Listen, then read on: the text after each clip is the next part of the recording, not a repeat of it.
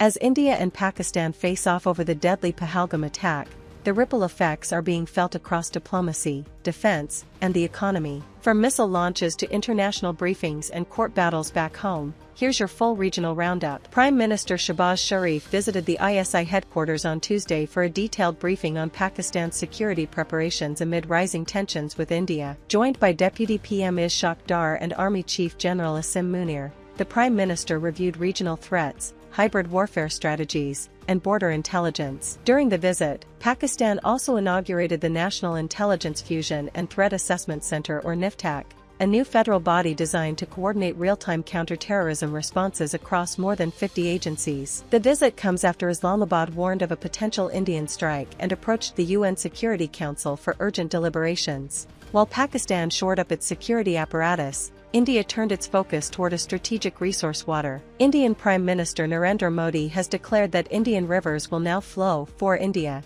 signaling a shift away from decades of cooperation under the Indus Waters Treaty. पहले भारत के हक का पानी भी बाहर जा रहा था, अब भारत का पानी भारत के हक में बहेगा.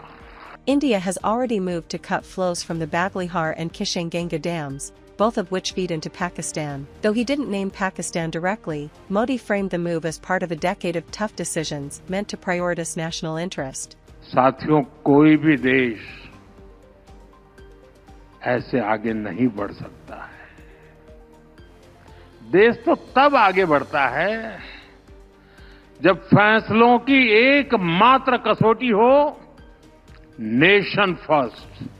The remarks come just days after India suspended the treaty, a landmark 1960 agreement brokered by the World Bank, following the April 22 Pahalgam attack, which killed 26 tourists. Pakistan has called the move a serious violation of international law, and termed any attempt to divert its water share as a red line. As both countries harden their stances, missile tests and civil defense drills underscore the gravity of the moment. Pakistan has conducted 2 missile tests in recent days, the Abdali and Fatah systems, aimed at verifying operational readiness and enhanced navigation systems. Meanwhile, India is preparing nationwide civil defense drills, with air raid sirens, blackout simulations, and evacuation exercises planned across all states. Information Minister Atal Terror and PPP Chairman Bilawal Bhutto Zardari have rejected India's narrative on the Pahalgam attack, calling it a false flag operation. Speaking in Parliament, Bilawal said that Pakistan does not export terrorism, it suffers from it. Let me make this solemn declaration before the people of Pakistan and the world. Pakistan had no hand in that crime. We do not export terror. We are the victims of terrorism, Janabi Speaker. The Information Minister called the Pahalgam attack a false flag operation and cited international media questioning India's claims. Pahalgam Bharat का एक false flag operation, security failure, intelligence failure है. मैं खुद CNN पे जाके पाकिस्तान का मुकदमा पेश करके आया हूं. पूरा इंटरनेशनल मीडिया ये कह रहा है, there is no evidence. Bharat के पास पाकिस्तान को इस वाकये से लिंक करने का कोई सबूत नहीं है. The National Assembly has passed a resolution condemning India's move to suspend the Indus Waters Treaty, calling it a dangerous escalation. 7 Pakistani soldiers were martyred in a roadside bomb attack in Balochistan's 𝐃𝐚𝐰𝐬 district on Tuesday. The Baloch Liberation Army, which Pakistan describes as an Indian-backed proxy, claimed responsibility. This follows a series of attacks, including 2 more in Jiwani and Pishan, targeting security personnel. The ISPR says Indian-backed assets have been activated, especially in Balochistan, to intensify pressure following the Pahalgam incident. India has rejected a statement from the Organization of Islamic Cooperation, which criticized its allegations against Pakistan and warned against regional escalation. India's foreign ministry called the OIC's position absurd and accused Pakistan of manipulating the group for its anti-India agenda. Meanwhile, Pakistan's foreign minister Ishaq Dar has spoken with Afghan foreign minister Amir Khan Muttaqi, who welcomed Pakistan's efforts to keep cross-border trade functional. Dar has also briefed the UN Security Council,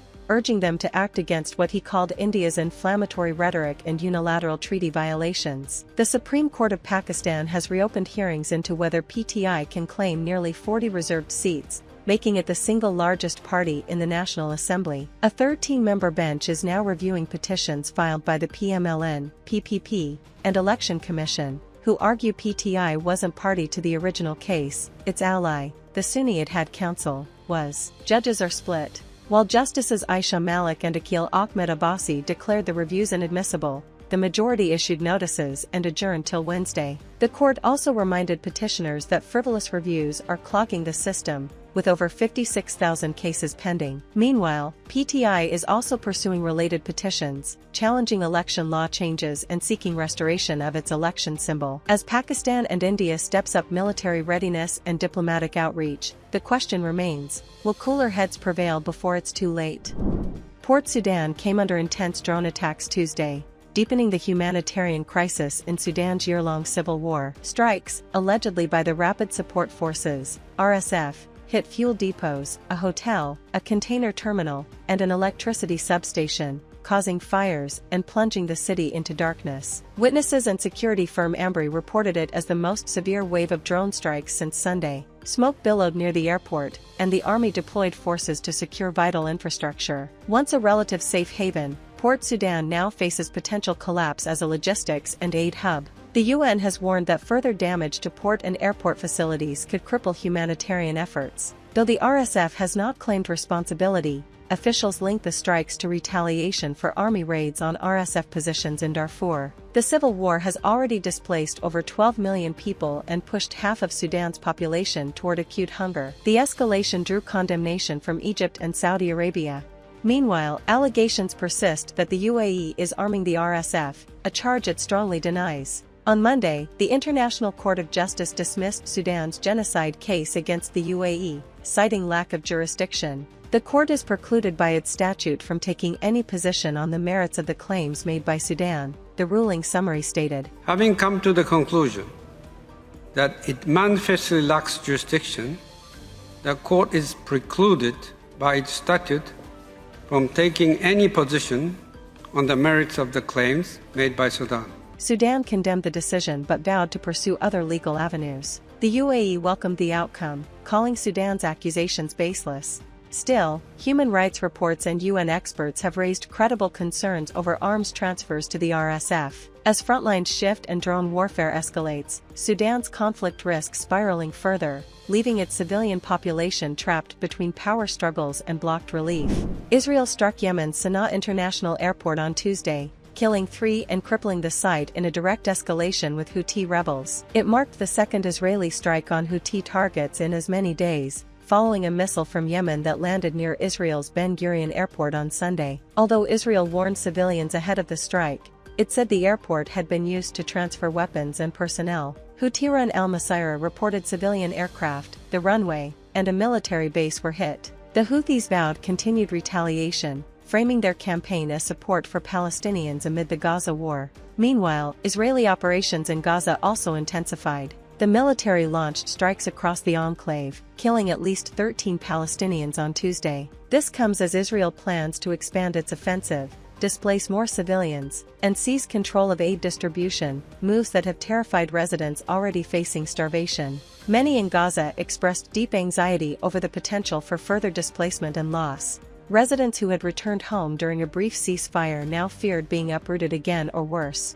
Others attending funerals for victims of recent airstrikes spoke of the overwhelming destruction, questioning what was left in the territory that had not already been hit. Israel says the measures are necessary to neutralize Hamas and protect civilians by relocating them. However, the UN called the plans the opposite of what is needed. Hunger is rampant, flour is scarce, and prices have skyrocketed, with many eating once a day, or resorting to weeds and turtle meat. The war, triggered by Hamas's October 7 attack, has killed over 52,000 Palestinians, according to local health authorities. Despite international concern, the conflict's regional reach continues to grow, from Gaza to Yemen.